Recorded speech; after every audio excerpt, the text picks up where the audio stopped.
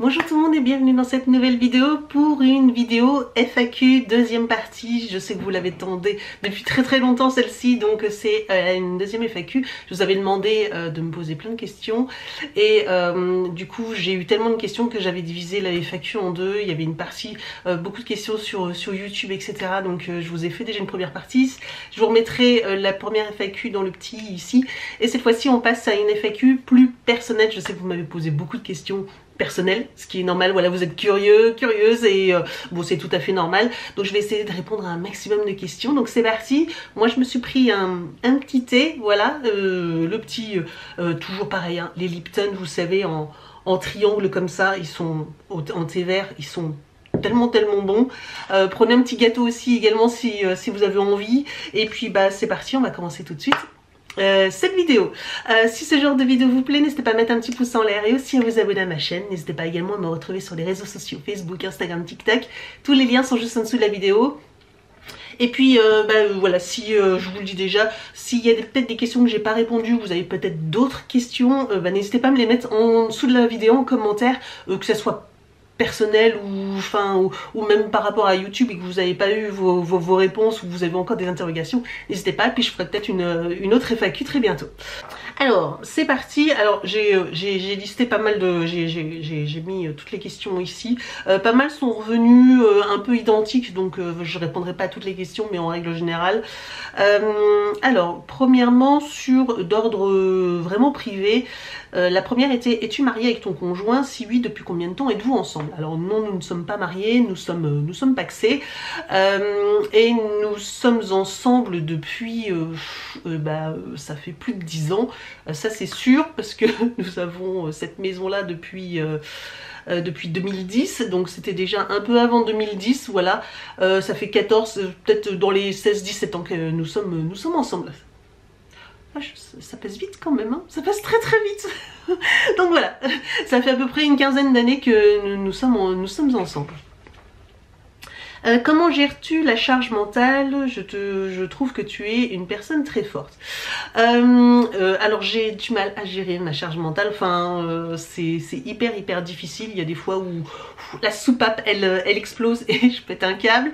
Ce que je fais beaucoup, je crois que je l'avais déjà expliqué dans la précédente FAQ, mais ce qui m'aide beaucoup c'est tout lister, en fait, écrire pour essayer de vider un maximum justement mon cerveau, ma charge mentale, et c'est vraiment de marquer tout ce que je dois faire, etc. Même des fois j'ai des to-do list, alors ça fait très youtubeuse des années 2000, mais où je marque tout ce que je dois faire, et ça m'aide en fait à me décharger un petit peu en me disant bah là je dois faire ça, je dois faire ça, je dois faire ça. Et ça me permet vraiment de me décharger un peu, et j'ai juste à regarder la liste et je sais ce que je dois faire, que de me rappeler en me disant ah je dois faire ça, etc. Donc voilà, moi je fonctionne beaucoup par to-do list. Voilà, c'est peut-être bateau. J'avais essayé de faire électronique, etc. Mais en fait, j'aime beaucoup le papier. J'ai des carnets avec des to-do list, et puis j'aime bien, en fait. En plus, c'est satisfaisant, c'est de barrer, de cocher toutes les choses qu'on a faites. Et je trouve qu'à la fin de la journée ou même à la fin de la semaine, c'est hyper satisfaisant de se voir que finalement on a réussi à tout faire. Enfin moi, je l'ai fait tellement long. Par contre, ça c'est mon problème, c'est que je fais des to-do list qui sont longues comme mon bras, et du coup je n'arrive pas à les faire. Je suis un peu frustrée à la fin de la journée, mais clairement de voir quand même que, on va dire que les 3/4 des choses ont été faites, c'est top. Ensuite, coucou, tu parles toujours du grand frère d'Evan, c'est ton fils ou celui de ton conjoint? Alors oui, non, c'est mon beau-fils, c'est le fils de mon conjoint, qui a 19 ans maintenant, donc voilà, je l'ai connu petit, et du coup les années passent effectivement. Comment as-tu rencontré ton amoureux? Je l'ai rencontré de façon assez classique, au travail, voilà, tout simplement. On travaillait dans la même société, moi j'y travaille toujours d'ailleurs dans cette société, lui il est parti, mais on s'est rencontrés, voilà, on travaillait pas du tout dans le même service, hein, c'était un autre service, mais voilà, on s'est rencontrés au travail. Alors, l'info n'a peut-être pas été, m'a peut-être échappé, mais pourrais-tu nous parler de ton travail? Oui, j'aimerais savoir quel est ton métier, mais aussi qu'est-ce que tu fais dans la vie? Tu fais quoi comme métier? Quel est ton métier? Que fais-tu exactement? Quelques infos sur toi et ton boulot. Quel est ton métier? Quel est ton métier encore? Que fais-tu comme travail? Quel est ton métier? Enfin bref, quel est ton parcours professionnel? Bref, il y a beaucoup de questions sur mon travail, c'est rigolo ça. Je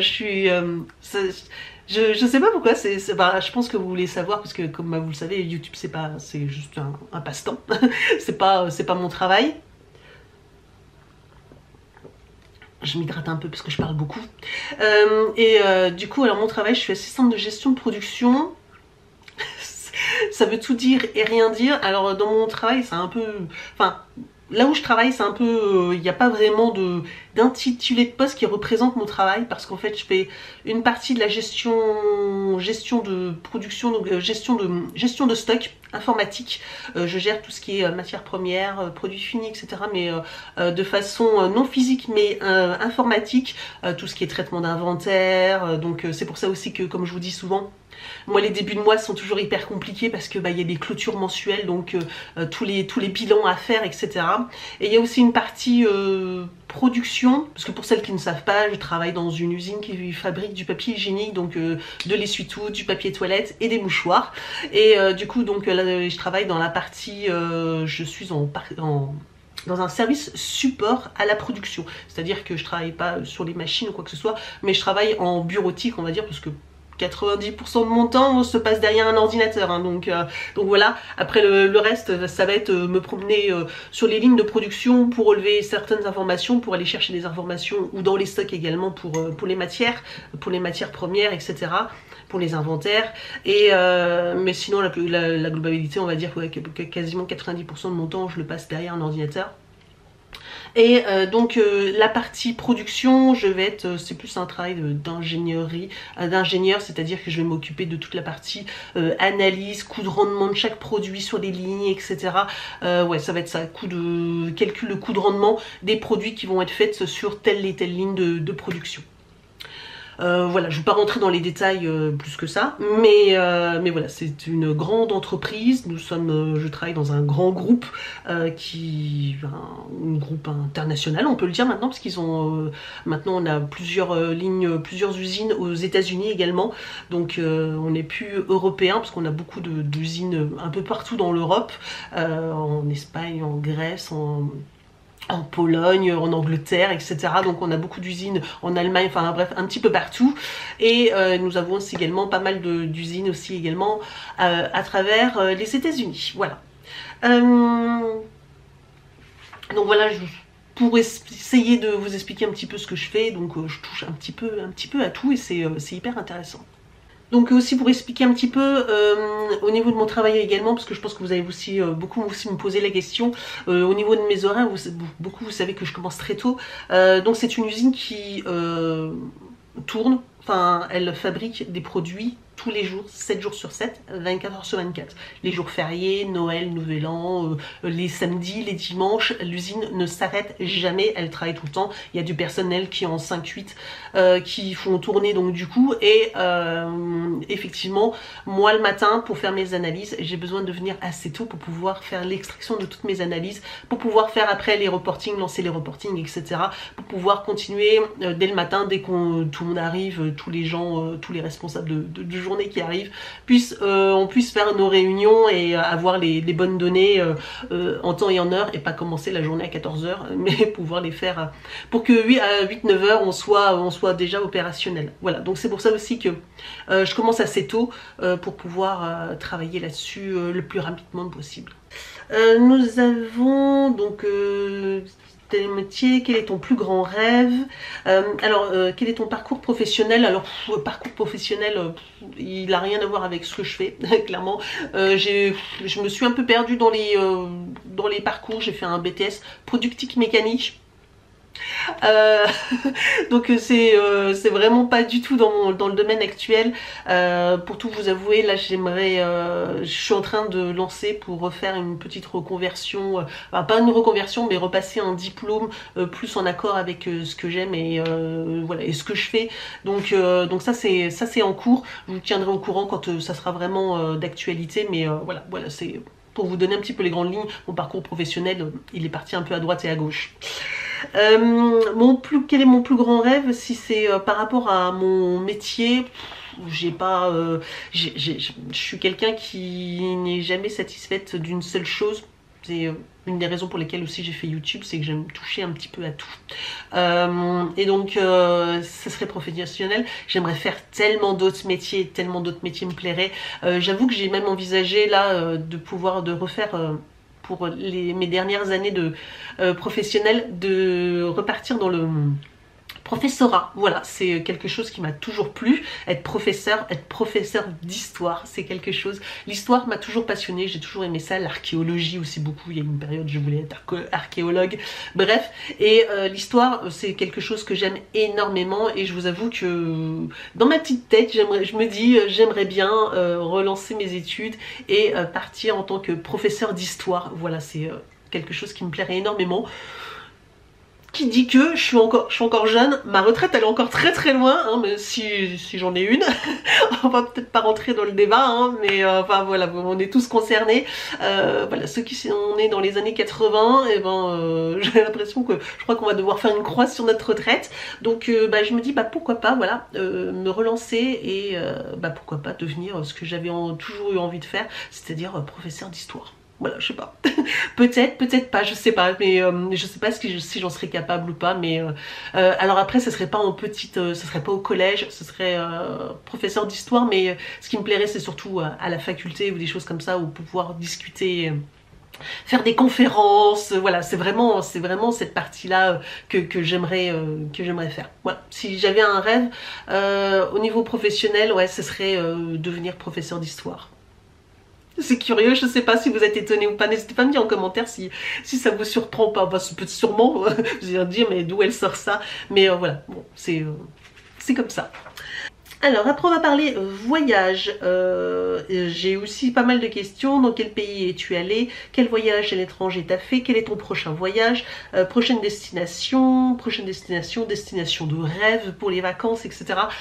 J'ai eu pas mal de questions là-dessus. Alors il est prévu d'ailleurs très bientôt, fin printemps, donc bon là on est fin hiver, mais fin printemps, il est prévu que je reparte avec ma soeur et ma nièce, du coup de refaire un petit séjour quelque part dans un autre pays. Donc l'année dernière on était partis à Londres, tous les quatre avec Evan et puis ma soeur et ma nièce, et là on repart dans un autre pays, toujours en Europe. Alors je ne vais pas vous dire tout de suite la destination, je vous garde encore un petit peu la surprise. Après il n'y a rien de secret, hein, mais j'ai envie de vous teaser un petit peu et de pas vous donner toutes les infos tout de suite, voilà. Et du coup, prochaine destination, donc c'est un pays en Europe. Le seul petit indice que je peux vous donner, donc c'est quand même pas mal, ça va réduire quand même pas mal de pays, ce n'est pas un pays qui est limitrophe à la France, voilà, donc hein, ça sera pas l'Espagne, c'est pas l'Allemagne, c'est pas l'Italie, voilà, c'est pas un pays limitrophe à la France. Mais c'est un pays d'Europe, de l'Europe. Voilà, donc petit teasing, ça arrive très bientôt, hein, c'est fin printemps, donc on y est bientôt. Tout est réservé, j'ai tout bouclé, les billets d'avion sont faits, le Airbnb est réservé. On a quelques excursions qui sont ici également réservées, pas tout, mais au fur et à mesure là je vais boucler tout le reste, histoire de, j'ai commencé à me faire un petit programme, ça va être sympathique. Voilà, également cet été il est prévu qu'on parte un petit peu. Alors cet été du coup on va partir, mais alors j'avoue que j'ai pas encore, j'ai commencé à checker mais c'était un peu compliqué. J'avoue que j'avais un souhait, je voulais partir en Turquie, pour être franche avec vous. On devait y partir en 2020 et malheureusement à cause du coco, on n'a pas pu, on a dû annuler. Du coup ça a été repoussé en 2021 et puis malheureusement à cause du coco, ça a été de nouveau annulé. Du coup on a laissé tomber, alors quand je dis coco, hein, vous savez c'est le petit virus, hein, voilà, ça nous a gâché un petit peu les vacances, donc ça a été, on a abandonné. En 2022, on est parti dans le sud de la France, du côté de Narbonne. Et puis 2023, voilà, je suis partie avec ma sœur du coup à Londres l'été dernier. Donc j'avoue qu'avec mon conjoint, c'est toujours un petit peu compliqué les vacances parce que lui, il est très farniente. Lui, il peut rester une semaine allongé sur une chaise longue pendant une semaine à rien faire au bord de la piscine. Moi, alors un jour ça va, 2 jours. Je fais déjà le tour du complexe pour essayer de bouger un peu. Et 3e jour, je pète un câble. Il faut absolument qu'on fasse quelque chose. Je sais pas rien faire. Voilà. Je pense que d'ailleurs, ça se voit peut-être même déjà au quotidien. Vous le savez, je suis toujours en train de faire 50 millions de choses. Mais aussi, c'est parce que j'aime pas ne rien faire. Voilà. Donc les vacances pour moi c'est pas trop moi les vacances mes vacances que je préfère, c'est si on pouvait bouger tous les jours, ça serait le rêve. Après bon, il faut concilier, on arrive toujours à se mettre d'accord, c'est qu'un jour sur 2 on bouge et on bouge pas. Voilà, donc là c'est pareil, j'ai trouvé une petite destination, elle est pas, enfin c'est pas une destination incroyable. Enfin, Enfin, je dis ça, mais je me rends compte de la chance quand même que j'ai. Hein. Je veux dire, beaucoup de gens n'ont pas les moyens de partir en vacances, donc je ne vais pas non plus dire que c'est un petit voyage de... Non, non, c'est juste que c'est pas une destination de fou, quoi que ce soit. Ça reste, effectivement, on a de la chance de pouvoir voyager et partir en vacances. Ça là-dessus, il n'y a pas de problème. On en est bien conscient, mais ça va être une petite île tranquille, voilà, ou un petit pays tranquille. Ou ça sera des journées tranquilles. Voilà. Ça pareil, je vous dirai, pour l'instant je peux pas vous dire la destination parce que je l'ai pas encore choisie. Donc c'est difficile de vous dire, je sais pas si ça sera une île ou si ça sera un pays, enfin ça reste en Europe, hein, ça c'est sûr, ça restera en Europe. Mais où exactement, je ne sais pas encore. Voilà, il faut vraiment que je m'active là-dessus. Sinon, mes destinations vacances de rêve, ou alors ce que j'ai prévu sur, on va dire, sur ces 5 prochaines années, c'est long et court en même temps. J'ai prévu pas mal de voyages, etc. Les voyages, j'ai toujours aimé ça. Et j'avoue que là, j'ai vraiment envie de bouger, de profiter tant qu'on peut, etc. Et donc... mes projets pour ces 5 prochaines années, alors dans l'ordre, je peux pas vous dire parce que je sais pas exactement, on sait jamais ce qui peut arriver ou voilà, ce qui peut se passer. On l'a vu avec la Turquie, hein, 2 années de suite, on a réservé, 2 années de suite, on n'est pas parti. Voilà, donc on ne sait jamais ce qui peut arriver. Mais il est prévu d'aller à New York. J'aimerais passer une semaine, 10 jours à New York. C'est vraiment une ville que j'aimerais faire.